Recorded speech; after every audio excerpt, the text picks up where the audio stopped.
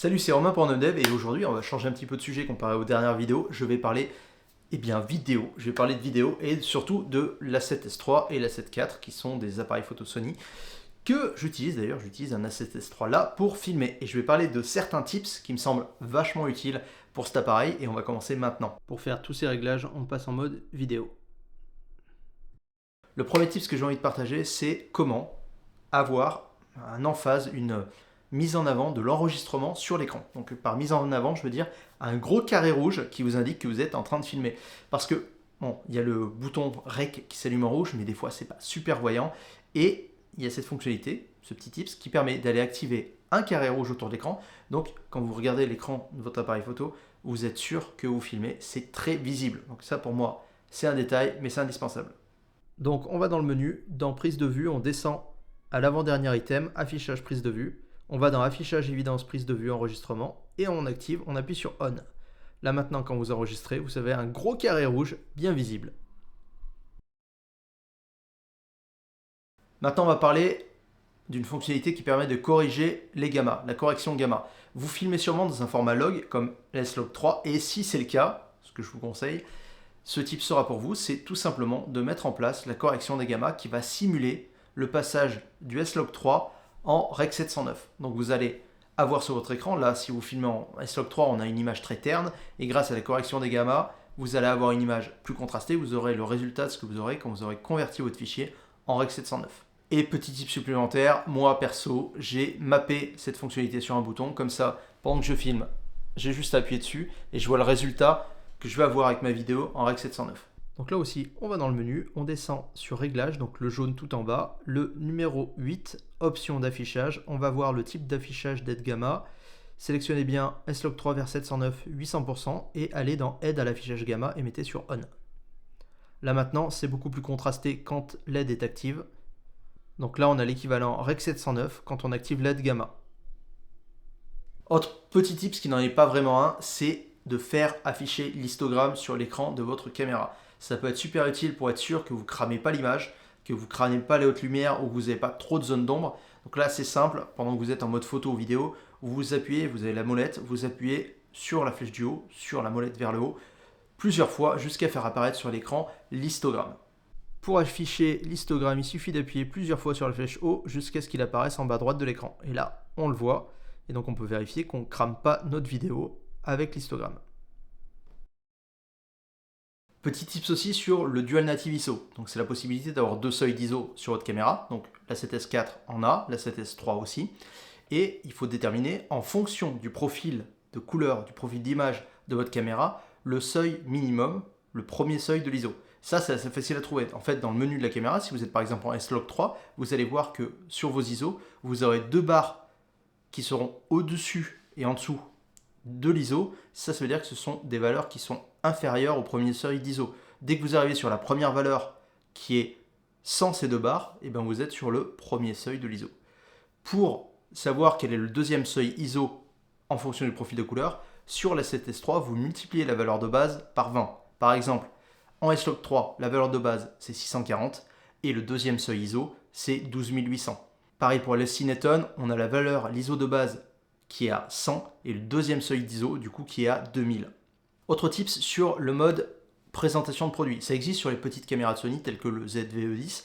C'est un mode qui permet de changer le focus. Par exemple, vous présentez un produit, je suis là, je présente un produit, et ça va mettre le focus sur le produit. C'est pas présent nativement, parce qu'en fait, ils ne l'ont pas nommé comme ça, mais en fait, il suffit juste de désactiver l'autofocus à détection de visage. Donc là, je prends une caméra, là, je suis en mode détection de visage, je prends une caméra, je prends une télécommande, je vous la présente devant l'écran, et je n'ai pas de suivi de la caméra. Maintenant, je vais couper ce mode-là.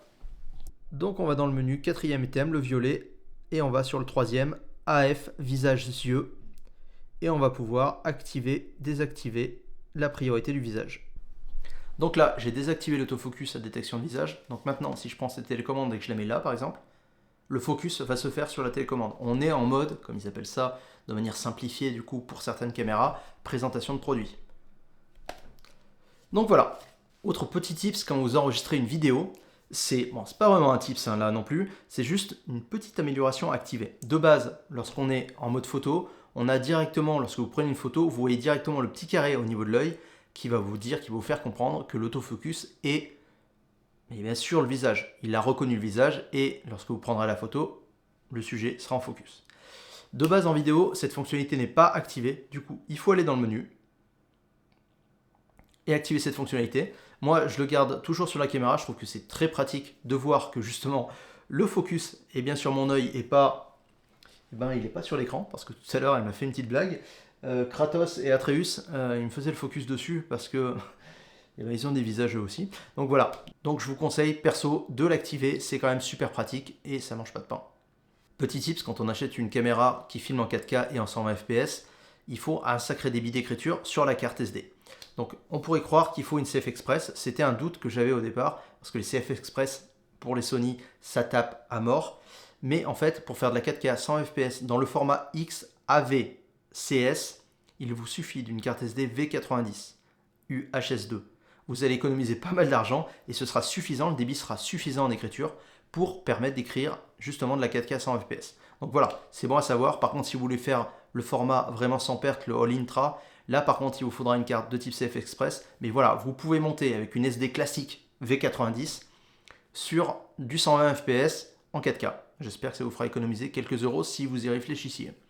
Aussi, si vous achetez une caméra comme le Sony A7S III, n'oubliez pas d'installer l'application Image Edge. Je sais, on va vous dire sur le net, vous allez trouver des trucs qui vous diront que l'application est horrible, qu'elle ne fonctionne pas, que c'est pas génial. Mais moi, franchement, je trouve qu'elle est plutôt cool. Je trouve qu'elle est assez utile. Ça vous permet du coup de commander la caméra à distance, de se connecter en Wi-Fi de votre téléphone sur la caméra Sony. Et ça marche plutôt pas mal. Pour transférer les photos, ça marche bien. Ça vous transférera les JPEG. Vous pouvez les transférer de la caméra à votre téléphone via justement cette application-là. Et vous pouvez même déclencher la vidéo à distance. Donc ça peut vous servir de déclencheur photo, déclencheur vidéo. Donc c'est quand même assez utile. C'est pas parfait, mais j'ai rarement eu, moi de mon côté, des déconnexions. Et j'ai rarement eu, voilà, même l'envoi de photos se passe très bien. Donc je peux que vous conseiller d'installer cette application. Si vous avez un Sony A7S III, un A7 IV, sur votre smartphone, vous la mettez, vous l'utilisez, vous pouvez transférer vos photos. C'est quand même plutôt pratique, ça marche pas mal. Maintenant, on va parler tips orientés focus. Et il y en a un qui est plutôt bien caché, enfin, il faut le savoir, c'est pas très caché, mais il faut le savoir. C'est le focus magnifier. Donc quand vous êtes en mode manuel focus en vidéo, et bien vous allez pouvoir double taper sur l'écran et grossir la zone pour voir du coup sur cette zone zoomée si vous êtes en focus. C'est super pratique. Et c'est plutôt simple à mettre en œuvre, mais si tu ne le sais pas, tu ne vas pas le deviner. Et niveau autofocus, on a des fonctionnalités qui sont plutôt cool, qui vont permettre de gérer la vitesse sur laquelle le sujet va changer de focus. Donc quand vous avez une image, quelque chose qui arrive sur l'écran, quelque chose que vous voulez mettre en avant, on va pouvoir gérer la vitesse avec laquelle la caméra va switcher de sujet.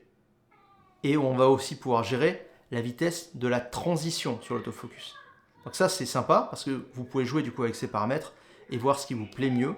Quand on a des vitesses plus lentes, en fait, ça va donner quelque chose de plus doux, de plus cinématique, je trouve, sur le changement de focus. Mais voilà, si vous voulez quelque chose de très réactif, vous pouvez passer la réactivité à 7 dans les paramètres et là vous avez un changement de focus qui est très rapide. Je vais vous faire un test juste maintenant. Là, j'ai mis le changement de focus en rapide.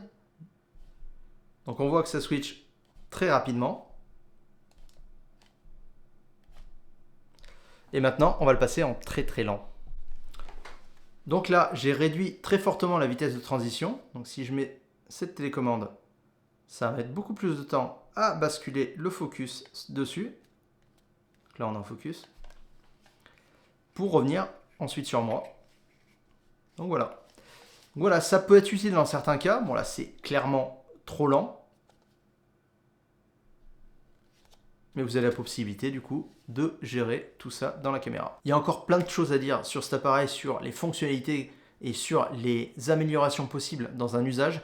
Ce qu'on a aussi, c'est la possibilité de modifier son menu. Donc le menu que vous avez lorsque vous appuyez sur la touche FN, vous pouvez le personnaliser, que ce soit pour le mode photo ou pour le mode vidéo. Vous pouvez changer les tuiles, mettre ce que vous voulez à la place pour accéder aux fonctionnalités les plus utiles qui sont le plus utiles pour vous.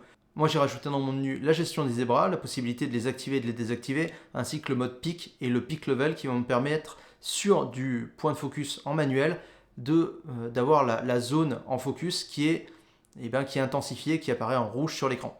Donc ça, c'est des choses qui sont assez cool à mettre en place. Autre fonctionnalité plutôt utile, la possibilité de locker sa balance des blancs. Alors à quoi ça sert? Si vous êtes par exemple en mode balance des blancs en mode auto, par exemple vous êtes à l'extérieur, vous n'avez pas fait de configuration manuelle de la balance des blancs, vous commencez à filmer une scène, vous êtes en balance des blancs auto. Si vous voulez pas qu'il y ait de changement dans la balance des blancs dans la teinte, eh ben, il va falloir la locker, la bloquer. Donc moi j'ai configuré une touche à l'arrière de l'appareil pour pouvoir activer, désactiver ce lock de la balance des blancs. Donc on est en mode auto, on la lock, comme ça on garde la valeur initiale, la caméra va calculer la première valeur de balance des blancs, et vous allez la locker et elle restera cette valeur-là pour tout votre plan. Mais si vous voulez aller plus loin, vous pouvez la configurer de manière manuelle. Pour ça, il suffit d'avoir une carte grise de configuration de balance des blancs. Vous la mettez devant l'appareil, vous allez dans le menu de gestion de balance des blancs et il y a 3 valeurs personnalisables sur lesquelles on va pouvoir setter justement la valeur de la carte. Donc on va sur l'une des 3 valeurs et on va sur Set. Là, un carré orange apparaît au milieu de l'appareil et on appuie sur le bouton central et paf, grâce à la carte grise, il va calculer la balance des blancs et on va avoir une valeur qui est juste. Donc ça, c'est très pratique, ça se fait en 3 secondes. Il suffit juste d'avoir une de ces cartes de ce type-là, une carte grise qu'on peut trouver sur Amazon pour 10-15 €. Dernier petit tips, c'est la capacité de calculer l'exposition de l'image à un endroit précis. C'est-à-dire qu'on va pouvoir déplacer un spot, un point, pour déterminer ici à combien on est exposé et à un autre endroit à combien on est exposé. Grâce au mode spot de l'exposition et en liaison avec le mode spot du point de focus, de la zone de mise au point, on va pouvoir trimballer ce petit carré là, avec ce petit rond, et aller sur les zones de l'image pour voir comment exposer l'image, qu'est-ce qu'on voit à cet endroit-là.